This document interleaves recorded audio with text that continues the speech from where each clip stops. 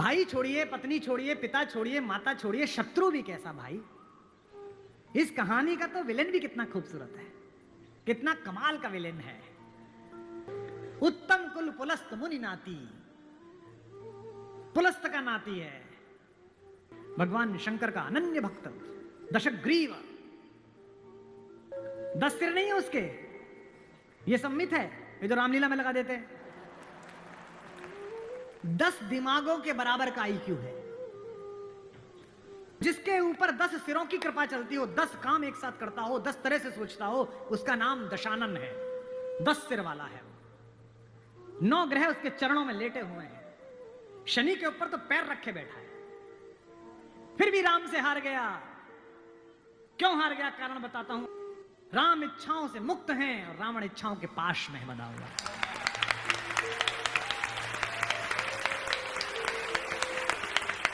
फिर जागना कि रावण मनुष्यों पर राज्य करता है, राम मनुष्यता पर राज्य करते हैं।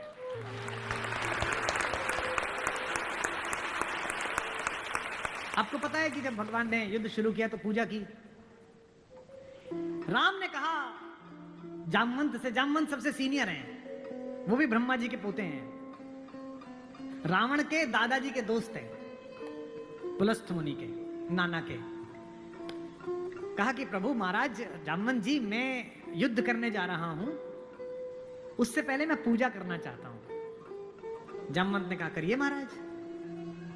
तो बोले मेरे आराध्य तो शंकर हैं, शंकर राम की पूजा करते हैं और राम शंकर की पूजा करते हैं। इस कहानी से बड़ा समन्वय किसी का नहीं हो सकता। जामवंत ने कहा पूजा कर लीजिए महाराज। बोले मुझे एक ऐसा पंडित चाहिए जो शैव हो, शिव को मानने वाला, और मैं वैष्णव हूं तो वैष्णव भी हो। उन्होंने कहा कि इस जंगल में, इस युद्ध क्षेत्र में ऐसा कोई पंडित कहां मिलेगा भगवान। तो उन्होंने कहा पूजा कैसे होगी फिर? तो जामवंत ने कहा एक पंडित मेरे ध्यान में है, पर वो आपका पुरोहित बनेगा नहीं। बोले कौन? बोले पुलस्थ मुनि का नाथी महारथी रावण, वो शिव का भक्त है और वैष्णव भी है, उससे करा लीजिए। सोचिए जिसको हराने जा रहे हैं उससे पूजा। राम ने जामवंत से कहा कि महाराज पूछ के तो आइए, अगर महापंडित रावण आज्ञा दे दें इस यज्ञ के लिए तो मैं कर लूं। रावण को पता चला कि जामवंत बुलाने आए हैं। रावण ने अपने सैनिकों से कहा कि जैसे ही दादा जामवंत आए, कोई उनसे प्रश्न ना करे, उन्हें बस महल का मार्ग दिखा दे, हाथ जोड़ के सब चरण छुएं। जामवंत पहुंचे, रावण किले के द्वार पर चरण छूने आया। कहा कि पिता मैं धन्य हुआ कि आप पधारे। जामवंत ने कहा कि मैं बहुत प्रसन्न हुआ तुम्हारी अतिथि सेवा देखकर। बिठाया, पूछा कैसे आए हैं। जामवंत ने कहा मैं एक इच्छा लेकर तुम्हारे पास आया हूं। एक मेरे साथ 2 जजमान हैं, वो एक यज्ञ करना चाहते हैं युद्ध शुरू करने के लिए। उन्हें एक ऐसे पंडित की आवश्यकता है जो शैव भी हो और वैष्णव भी। तुमसे अधिक गुणी व्यक्ति तो पृथ्वी पर नहीं है, क्या उनका पुरोहित बन सकोगे? क्या पूछा रावण ने पहला, क्या करैक्टर है, वाह। रावण ने कहा जहां तक मुझे सूचना है आपके दोनों यजमान अयोध्या के निर्वासित राजकुमार राम और लक्ष्मण तो नहीं है? जामवंत ने कहा हां दशशीष, वे ही दोनों हैं, क्या आप स्वीकार करेंगे? उसने हां ना नहीं करी। फिर बोला क्या उनके यज्ञ का उद्देश्य लंका विजय? जामवंत ने कहा हां उनका यही उद्देश्य है, क्या आप स्वीकार करेंगे? उसने कहा मैं तो जिज्ञासा के लिए पूछ रहा था, अन्यथा द्वार पर आकर किसी पंडित से कोई यज्ञ के लिए कहे, अस्वीकार करना उसका धर्म ही नहीं है। मैं आपके साथ चलूंगा और उनका यज्ञ कराऊंगा।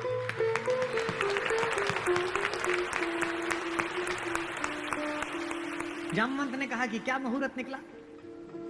उसने नवग्रहों को बुलाया, बोले इधर बैठ, तू इधर बैठ, तू इधर बैठ। वो तो अपने ही हाथ में था, तू मिनिस्टर ऑफ स्टेट, तू फुल कैबिनेट। बता कितने बजे? बोले जी सुबह 5:30 बजे ब्रह्म मुहूर्त में, जिसमें हम पैदा हुए। तो उसने कहा ठीक है, 5:30 बजे का मुहूर्त निकला, मैं 5 बजे आ जाऊंगा। जामवंत ने कहा आचार्य, आचार्य हो गया अब तो रावण, आचार्य पूजा के लिए क्या व्यवस्था करनी है, क्या सामग्री लाऊं? उसने कहा आपके यजमान, मेरे यजमान जंगल में हैं, अगर यजमान के पास पूजन सामग्री ना हो तो पंडित का धर्म बनता है कि वो पूजन सामग्री लेके आए, तो मैं लेके आऊंगा। उसने अपने पुत्र मेघनाथ को जगाया, इंद्रजीत को, और कहा बेटा अशोक वाटिका जाओ, अशोक वाटिका जाओ और सीता से कहो मैं उसे मिलना चाहता हूं, एक विशेष प्रयोजन है। थोड़ी देर बाद खुद पहुंचा और कहा सीते, तुम्हारा पति राम लंका विजय का यज्ञ कर रहा है, उसके पास पुरोहित नहीं है, कल सुबह मैं उसका पुरोहित बनूंगा, लेकिन एक विवाहित व्यक्ति की पूजा अधूरी है अगर उसकी पत्नी उसके पार्श्व में ना बैठे। क्योंकि तुम उसकी पत्नी हो, तो सुबह ये इंद्रजीत रथ लेकर आएगा, तुम स्नान करके नया वस्त्र पहनकर इस रथ में बैठ जाना, क्योंकि मेरे यजमान की पूजा पूर्ण होनी चाहिए, मैं पूर्ण पूजा का पुरोहित नहीं हूं। और कहा कि तुम्हारी लंका से मुक्ति केवल पूजा तक की है, पूजा होते ही उठना और इसी रथ में वापस बैठकर अशोक वाटिका में आ जाना। क्या तो सीता, क्या राम और क्या रावण, क्या कहानी है ये। फिर यही हुआ, शिवलिंग की स्थापना हुई, बालुका की मृत्यु से एक विग्रह बनाया राम ने अपने ओजस्वी हाथों से। राम आजानुबाहु हैं, घुटने तक हाथ आते हैं उनके, ये पुरुषोत्तम का लक्षण है। महाराणा कुंभा वे भी आजानुबाहु थे। कभी कुंभलगढ़ के किले में जाइए, 3 फीट का शिवलिंग है, नीचे बैठ के अपने ही हाथ से लोटे से रुद्राभिषेक करते थे बिना उठे। वे भी सूर्यवंशी थे, राम आजानुबाहु थे। उन्होंने अपने बड़े बड़े हाथों से शिवलिंग तैयार करा, धोती पहने हुए, तिलक लगाए हुए तेजस्वी रावण पहुंचा। राम और लक्ष्मण ने आसन से खड़े होकर अपने पुरोहित को प्रणाम करा। आचार्य, मैं दशरथ का पुत्र राम अपने छोटे भाई लक्ष्मण के साथ आपको प्रणाम करता हूं। दोनों ने पैर छुए रावण के और कहा कि आचार्य आसन ग्रहण करिए। आचार्य ने पूजन प्रारंभ किया। ओम गणपति गंगावाय। अब ये कि पत्नी कहां से आए? आचार्य ने पूछा राम से। मेरे यजमान विवाहित है? राम ने कहा हाँ आचार्य मैं विवाहित हूं। अपनी धर्म पत्नी से कहिए कि वो आपके पार्श्व में आकर बैठे। राम ने कहा आचार्य मेरी धर्म पत्नी मेरे साथ नहीं है। तो जामवंत ने कहा आचार्य पूजा कैसे होगी? बोले पितामह मैंने आपसे कहा था कि किसी यजमान के पास अगर सामग्री किसी भी तरह की पूरी ना हो, कोई व्यवस्था पूरी ना हो, तो आचार्य का धर्म है कि वो पूरी व्यवस्था बना के लाए। बेटा इंद्रजीत, यजमान की पत्नी को उनके पार्श्व में स्थापित करो। अपहरण गई हुई मां हमारी जगत जननी भारतेश्वरी पार्श्व में बैठी, पूजन प्रारंभ हुआ, सारी अर्चना हुई। और पूजन के बाद रावण ने कहा कि मैं आप दोनों यजमानों को आशीर्वाद देता हूं कि आप दोनों जिस संकल्प के कारण ये पूजा कर रहे हैं, आज सारे देवता उपस्थित होकर आपके संकल्प को पूर्ण करें, मैं आशीर्वाद देता हूं। हमारे गांव में गीत गाया जाता था, बना पुरोहित रामचंद्र का जय का वर दे आया। जब चलने लगे तो राम ने पूछा, बोले आचार्य दक्षिणा? तो आचार्य हंसा, बोला त्रैलोक्य की संपदा आपके आचार्य के पास है, कुबेर का रथ आपके आचार्य के पास है, ऐसे में मेरा वनवासी मुझे क्या दक्षिणा देगा मेरा यजमान? तो राम ने कहा कि मैं रघुवंशी हूं, दक्षिणा के बिना पूजा कराना मेरे लिए निष्फल हो जाएगा, आप दक्षिणा तो मांगिए। तो रावण ने कहा कि मैं आपसे समय पर दक्षिणा मांग लूंगा। राम ने कहा उस समय में देने योग्य बचा या ना बचा?